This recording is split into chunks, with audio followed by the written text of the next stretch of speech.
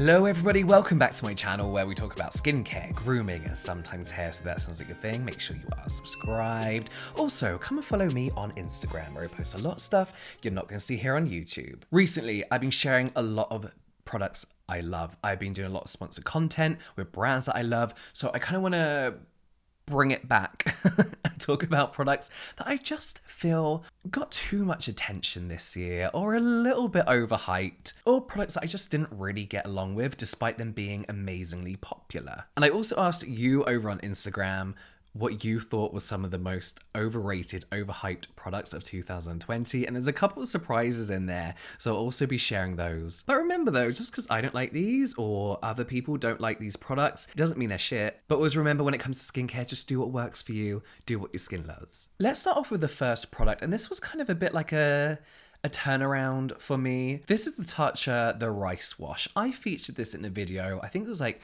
a TikTok made me buy it kind of video. And my initial, literally very first reaction to this product was, oh, it's nice. It's a nice cleanser. But, and I repeat, that was my very, very first try of the product. There was quite a few things I did like about this cleanser. It didn't leave my skin feeling stripped. It felt nice and milky and creamy on the skin and has some nice ingredients. But here's the thing, it's nice. It's also $35 plus tax. Worth of nice. Do you need to spend that amount of money on a nice cleanser? Absolutely never. And for a cleanser that is nice, I will stop saying nice in a minute, but for a cleanser that is just nice and not excellent, I would say this is a little bit overpriced, as are many products from this brand, but it was everywhere. And looking back at the posts that I saw this cleanser on, the product was gifted to a lot of these creators, which is absolutely fine. We love it when brands support other creators by gifting products. But it did kind of create this kind of like fake, in my opinion, this fake kind of popularity just because everyone was using it, because they gifted it to a lot of people. Again, which is fine. I do wish brands would gift in this way as well, gift to all types of creators, not just the biggest. I do like that Tatcha did that. So let's look at some of the main ingredients, the star ingredients that I feel is their excuse for the price tag. Okinawa algae blend is something they have, and Japanese rice powder. And everything else is like, oh, okay, you would expect to see that in a cleanser. So fundamentally, it's just a hydrating ingredient, and the rice is a gentle scrub. And I know we don't review products just by reading out the ingredient list, but when you look at the product overall, and when you use this product, it's just a nice hydrating cleanser with a few stick out ingredients that they prioritize as more of a gimmicky selling tactic, in my opinion. Again, in my opinion, personally. They also boast on their website that they don't use synthetic fragrance. However, they do have natural fragrance.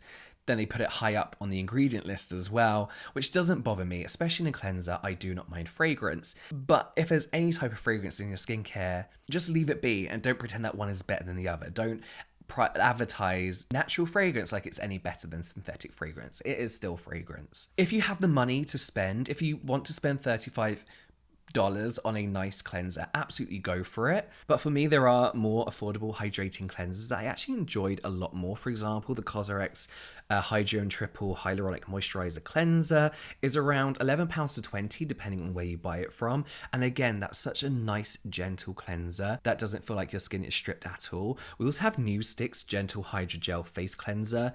Literally feels like nothing on your skin. It's so gentle and so hydrating. Cerave probably do something. Crave Matcha Hemp Hydrating Cleanser is $16, and again, it gives you such a nice cleanse without stripping your skin. The Ordinary Squalane Cleanser is around £5, and again, it's just nice and hydrating and nourishing and moisturizing. If you want to add like a little bit of like a polish in there, you could always get yourself a bit of an enzyme scrub. I just feel like if you don't have the money to spend on this, you're not missing out on anything. If you do have the money to spend on this, it's nice, but there are better cleansers for a lower price. Glossier Future Dew. Now, this is kind of like a revisit for me again, because this is already featured in an overhyped video of mine. I do feel like it's kind of like regained popularity recently, and I have to stress that the reason this is in this video is purely the way it works for my skin and how it looks on my skin. I'll tell you in a minute. So this is an oil serum hybrid with the idea that it's supposed to give you this natural dewy glow, and it's like the last step in your routine. We have some lovely oils in here. It says suspended in water in oil emulsion, so it's not that oily feeling, it's more of a moisturizer feeling. We have squalane in here, so a skin identical ingredient that really does help lock in that hydration and moisture, and helps kind of like keep your skin barrier intact as well. Squalane is amazing, I love it. It's a really easy product to use. 2 pumps in your hand, pat over your skin, and I've seen people use this and absolutely love it and look incredible after using this. They look vibrant, they look dewy, they look naturally glowy as well, which is something you wouldn't expect from an oil product.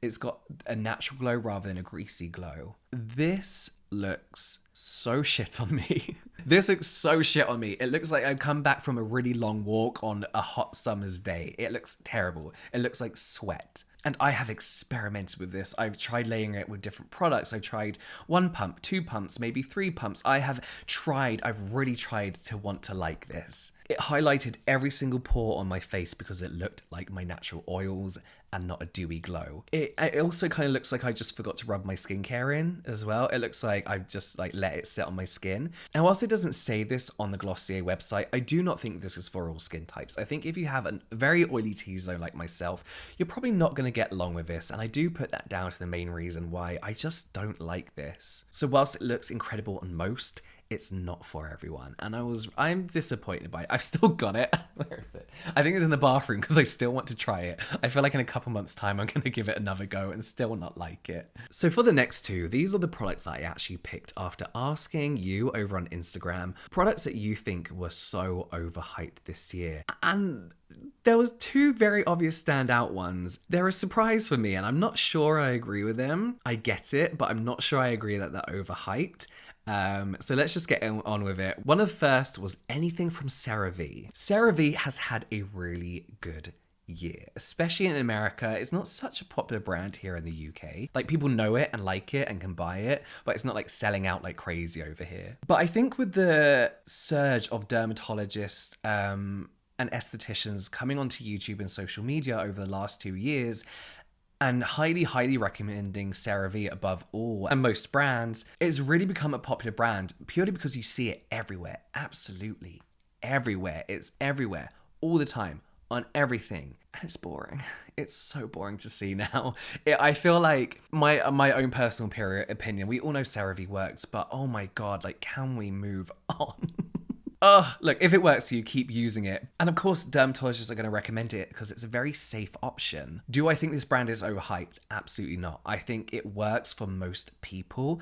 Dermatologists recommend it because it's the safe option. It's a great option if you have irritated skin, if you don't really know skincare, but you want effective, good skincare. CeraVe is a great brand to go for. CeraVe's popularity, I think, comes in a time where we are pretty bored of seeing all the do's and don'ts surrounding skincare. It's becoming confusing. All these actives, all these gimmicky products that brands are pushing out. It comes at a time where we just want to simplify our skincare and our skincare routines. We don't know what we should be worried about and what is safe. CeraVe is simple. It's got no fear factor to it. It's not surrounded by controversy. Well, maybe the ceramides are a little bit questionable, like how much do you actually have in your products? But it also gives people a break from having to navigate this crazy world of skincare and skincare products and ingredients that has just blown up over the last 2 to 3 years. And whilst these products aren't crazy exciting, I always say CeraVe is really boring to me, they're very basic products that 9 out of 10 times are gonna work for you. I mean, they do sell makeup wipes. I'm looking at their website now, and as their popularity grows, they're launching the occasional product that I'm like, do you really need to do that? Like, does that need to be a product? And I think what people like so much about CeraVe as a brand is that they are simple and easy to navigate, and I really hope they stick with that throughout 2021 as their popularity no doubtably grows and grows and grows. As someone who loves skincare as a hobby and loves finding new ingredients and new brands, and I even love packaging, you know, it's a whole part of an experience for me. CeraVe for me is an incredibly boring brand. It's like the equivalent of someone going to you, oh, like, how did you lose weight and get fit? Oh, I ate healthy and did exercise. It's like, well, of course that's going to work for you, but like, what else can you do, you know? I always say it's like the vegetables of your dinner. Like, you know it's good for you, but it's kind of boring. But are they overhyped? Absolutely not. Are they boring? Yes, but overhyped and boring are 2 completely different things. Their products just work. And at the end of the day, what else do you want from a skincare brand other than nicer packaging? The other product was The Ordinary's AHA 30% and BHA 2% peeling solution. I know we're all bored to death of this. Oh my god, it's like in every video I think I've done for like the last like 2 months, 3 months. It's been in everything.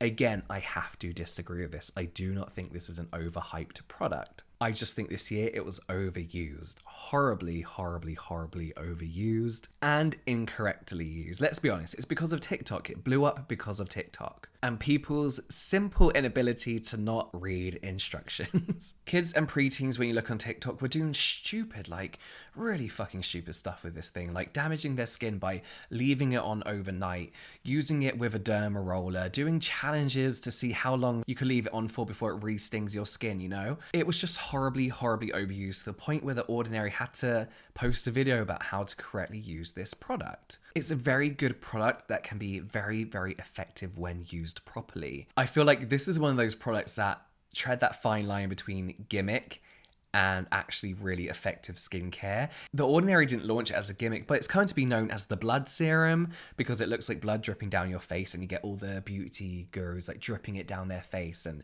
it's just a total gimmick, which is a shame because it is, as I said, a really good product and really effective. Even the recommended 10 minutes can be too long for some people. I know a lot of people just leave it on for 1 to 2 minutes and still get good results. You just got to gauge for yourself how much can your skin take, how long can you leave it on your skin for. I'm sticking up for it. I don't personally use it. It's too much for my skin. Is it a good product? Yes. Is it overhyped? No. Has it just been everywhere all the time? Yes. Is this the last time I'm going to be talking about it on my channel this year? Absolutely.